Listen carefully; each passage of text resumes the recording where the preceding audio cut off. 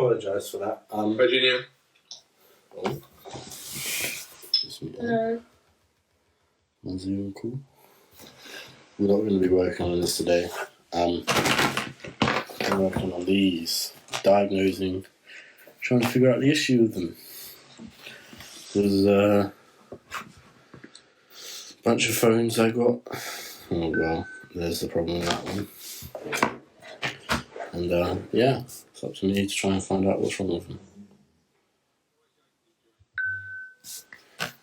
So let's see what we're doing, what we're working with here.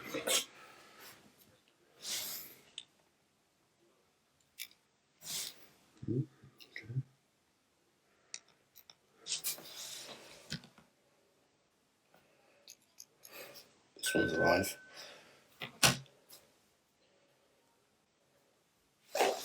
Okie dokie. Let's start with this one because it's not showing any signs of life.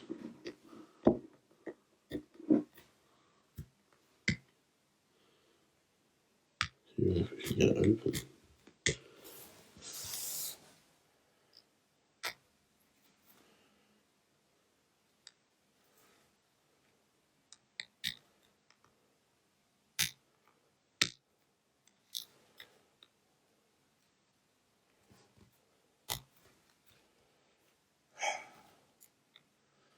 Struggling here.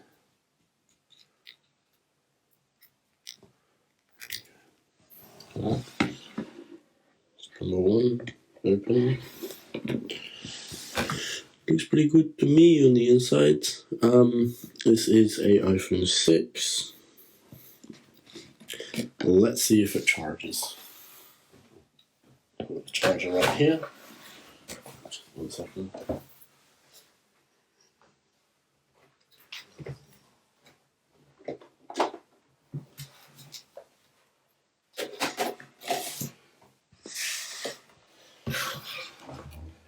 You guys can see that this charger doesn't quite make it all the way.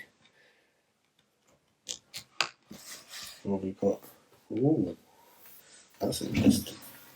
So we got life on this one. Oh, just needs a new screen. Okay. This one actually turned on, and well.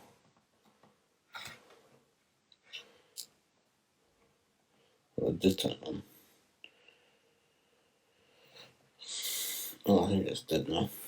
Okay, well, I believe that one needs a new screen. I don't have any screens with me right now, so I can't test them any further. Let's try the last one. Any signs of life? Oh, wow, okay. There you go.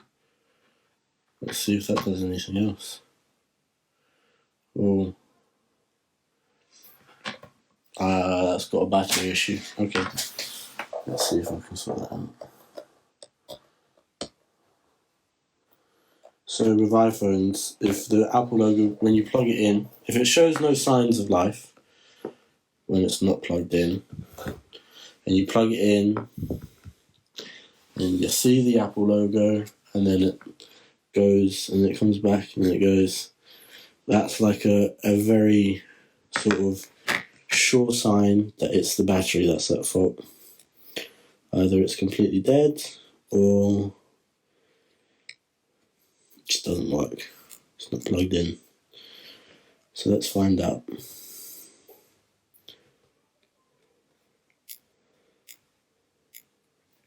That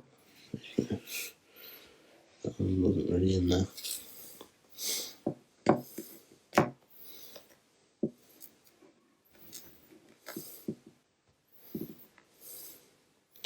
So there's another iPhone 6S. Got that.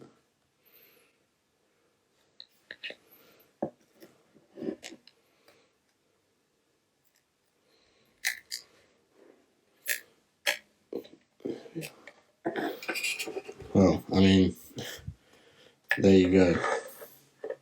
Hello Ben, hello Michael. Wave and wave. So this one doesn't have a battery. Now, good news is I've got another iPhone 6s here that has a battery. So let's take the battery from this one and put it into that one. And let's see what happens.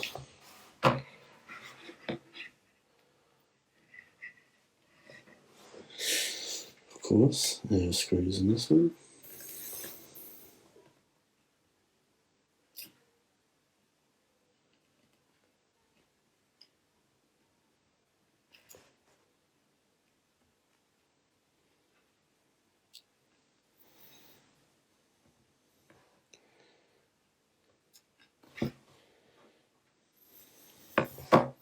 What are your plans for today then, you guys, Michael and Ben, if you're still here?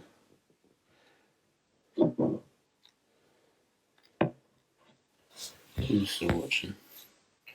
Michael, okay. Ben's gone. That's cute.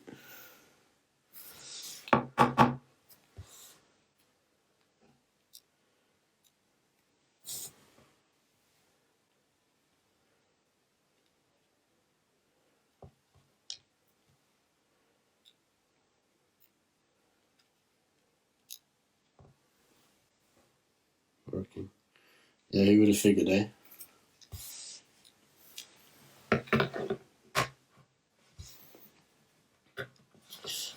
You know what, I'm not gonna...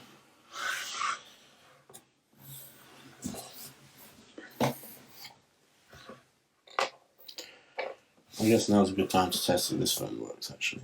Instead of taking the battery out, I'm just going to swap the working screen over to this phone and see if it works. If it does, then good. If it doesn't, then, well, tragic.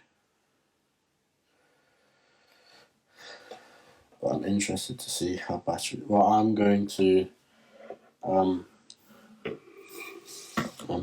swap the screens out because in that way I could just tell both phones work. I know that one has a battery issue, so I'm not too bothered about it. There you go, you should be able to see it now.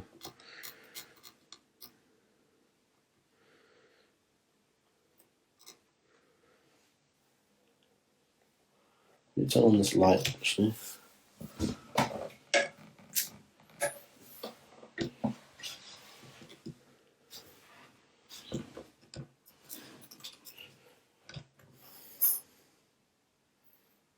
There we go.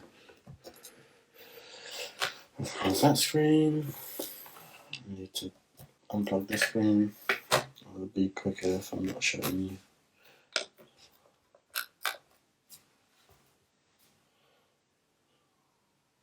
It is a third-party battery. Good eye. I mean, I didn't put it in there. Whoever did, I don't know. But from the looks of it, it looks a bit old, and if it hasn't caused any damage yet, then I'm not too bothered. Third-party batteries get a lot of slack. Apple's kind of given that sort of idea that all third batteries are going to blow up, all third batteries are bad for your phone, and blah, blah, blah. But at the end of the day, if it's from a reputable seller, a reputable brand, there's not really much harm in it. It's just at the end of the day another battery just about the Apple logo. So I ain't too bothered. Plug this one in, you won't be able to see it because the charger is a bit small. We have life.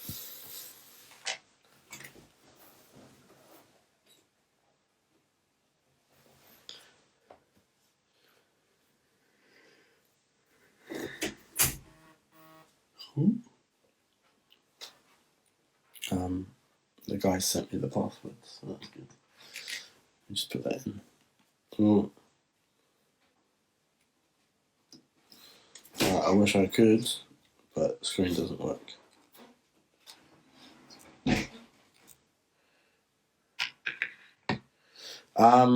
That's a hard question. I'll be honest. It's a very hard question. I don't know.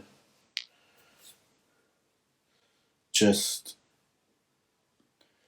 I don't know actually. Mostly because I don't want to recommend a brand and it end up being bad. I have my own sort of trusted things, but I tend not to give them away, mostly because I don't know if they'll,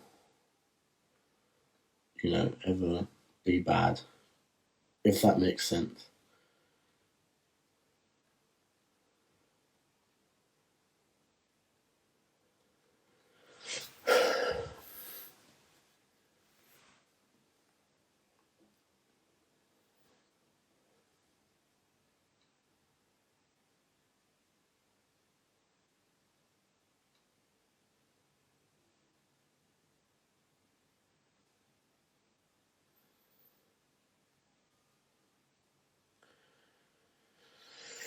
I'm not too sure what to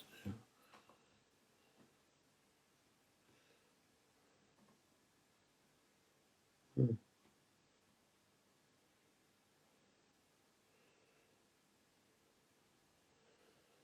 True, we can do that. I mean, I know screens. I mean, this phone's not having any of it. Shit. Okay, let's just turn this off before we do something we don't want to do. Can I even turn it off? Yes. Okay. I can go through the screens now. What you mostly want to look out for is cheap screens, because the cheap screens tend to be crap. That is literally the best advice I can give you, is that cheap screens are bad.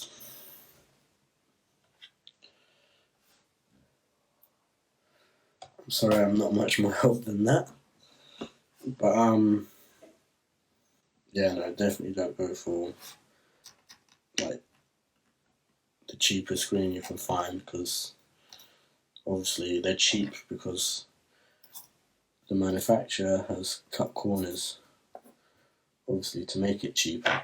So don't do it, because you won't have the same experience.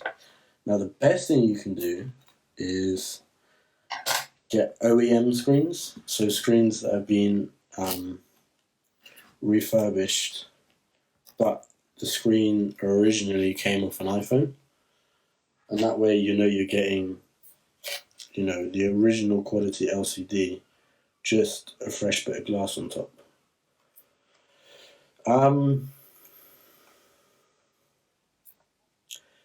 With screens, it's hard to say. It's the same with batteries, because at the end of the day, they all kind of look the same. Number one, look at the reviews. Always look at the reviews before you buy something. And number two, look out for reviews that look like they've been botted. So some sellers will go onto their own listings with fake accounts and write generic reviews, and it's becoming more and more common. Actually, Amazon's trying to tackle it, but it's getting a bit more difficult for them because there's so many of them doing it. So fake reviews, look out for people giving 5 stars and just in the description saying excellent or amazing or good. If the product has like hundreds of reviews like that, then something's a bit fishy.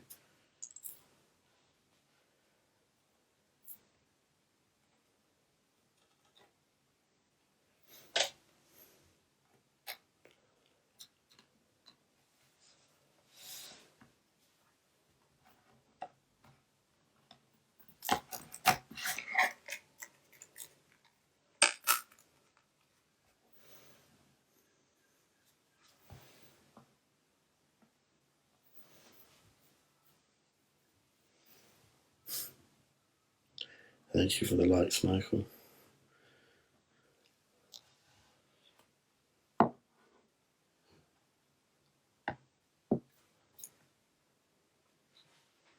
It's hard to tell with screens. Batteries, definitely don't go for cheap batteries.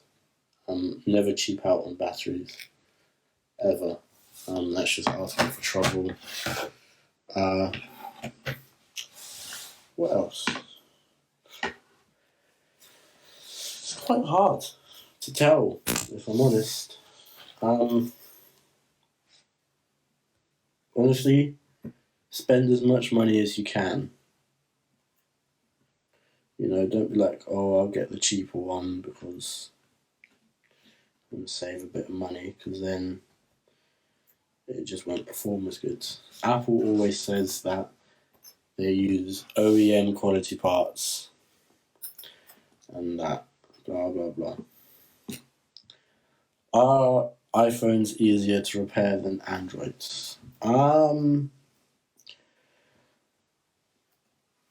Yes, they are a lot easier, but at the same time, they're also a lot harder.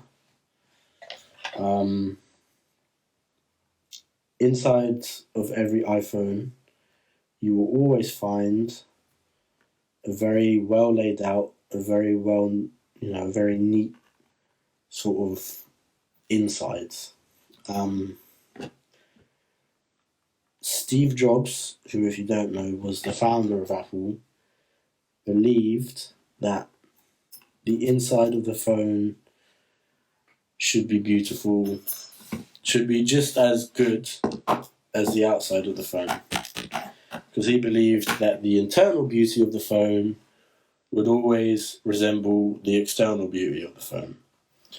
So even if you go back to as far as something as the first iPhone, inside the first iPhone, all the cables were labelled and numbered, so you knew what to take apart first.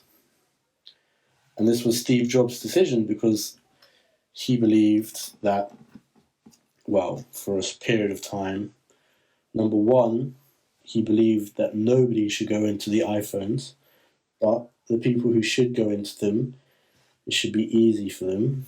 And number two, that the iPhone should always be well laid out and look good on the inside. So if you've ever taken apart an iPhone, it's very simple. You especially with the new ones, you take the screen off. It's the first thing that comes off is the screen. So if your screen's broken, that's a quick repair. You can take out individual components. Like you don't have to,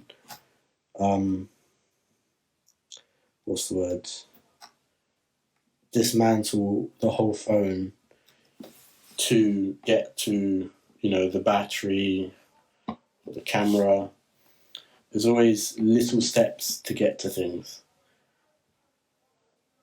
And that's just what Steve Jobs always wanted. And thankfully, Apple has kept that promise. But, and it's a big but, Apple locks down their phones. So, this all started with the iPhone 5S. And I get why they did it. It makes sense. If you look at it logically. The iPhone 5S, I just dropped a screw. The iPhone 5S came with a fingerprint sensor. It was the first phone to come with a fingerprint sensor. And Apple said, yeah, you can use the fingerprint sensor, but if you break it or if you lose it, it's weird to lose a fingerprint sensor, I'll be honest. It's quite hard. But if you break the fingerprint sensor, that's it. We don't want people to repair or be able to replace the fingerprint sensor, and it was for privacy reasons, Anyone could put in, let's say, a fake fingerprint sensor into the iPhone that would steal the user's fingerprint and send it off to whoever for whatever. It was a privacy thing. And some people agreed with it. A lot of people didn't. Me being one of those people. And then after that, It was with their screens. It was with the iPhone 7.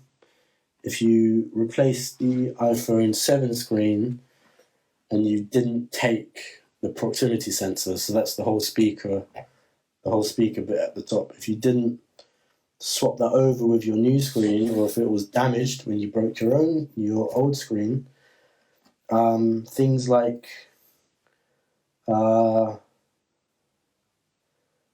was it called? Things like auto brightness wouldn't work.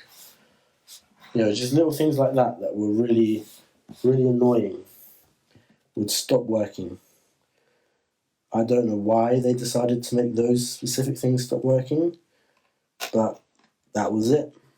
If you replace an iPhone 7 screen and you didn't swap over the right parts, then that was it.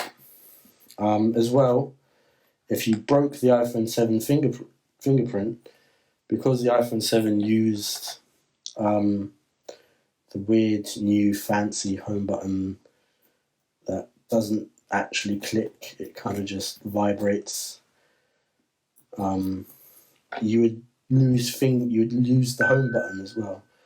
It was okay with the 5S because yes, you lost the fingerprint, but you could still use it as the home button. But with the 7, you lost all function of the fingerprint and the home button. None of it would work. And then you get to the iPhone 8. If you replace an iPhone 8 screen without swapping over the serial numbers, which is a much harder process, then you'd lose True Tone, auto brightness. If you broke the home button, you wouldn't be able to use that again either. And all while being that the only people who could fix these issues, the only people who could fix the fingerprint, the only people who could fix the proximity sensors, the only people who could fix them were Apple, because they had their proprietary tools, which they didn't even give access to third-party retailers who worked alongside with Apple. They still to this day don't have access to these tools. They still have to go through Apple, which is a expensive process for these companies, and also time. So people just prefer to go straight to Apple because it's a much quicker experience. And then we get to the iPhone X. Face ID is locked to every phone, so if you break your proximity sensor or anything, if you drop the phone in a funny way, those would stop working altogether as well. It just went on and on. And now with the iPhone 11 and the iPhone XR and the iPhone XS, if you replace the battery, even with a genuine Apple battery, it will say it won't. It will say this battery can't be determined to be an original Apple battery, blah blah blah. You can't, use certain features like check the battery health. So that happened, and then with the iPhone 11 and the iPhone XS, if you replace the screen, even with a Apple screen that you got from another iPhone, it would say that this screen is non-genuine and cannot be, and may not work properly. There's literally an error message that comes up on the phone and stays in settings for Apple to see as well. And you'll get, it doesn't necessarily affect the usability of the phone, it's just an annoying message. So yeah, Apple really, took the piss, it's fair to say. But yeah, enough rambling. I'm finished with my screen repairs, so I'm actually going to stop talking and end it here. I've been talking too much, my head hurts.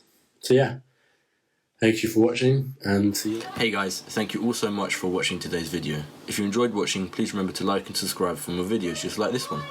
Follow me on Instagram at Lucas_Lane_1. Follow Soapbox at Soapbox Islington. And as always, have a great day. Bye now.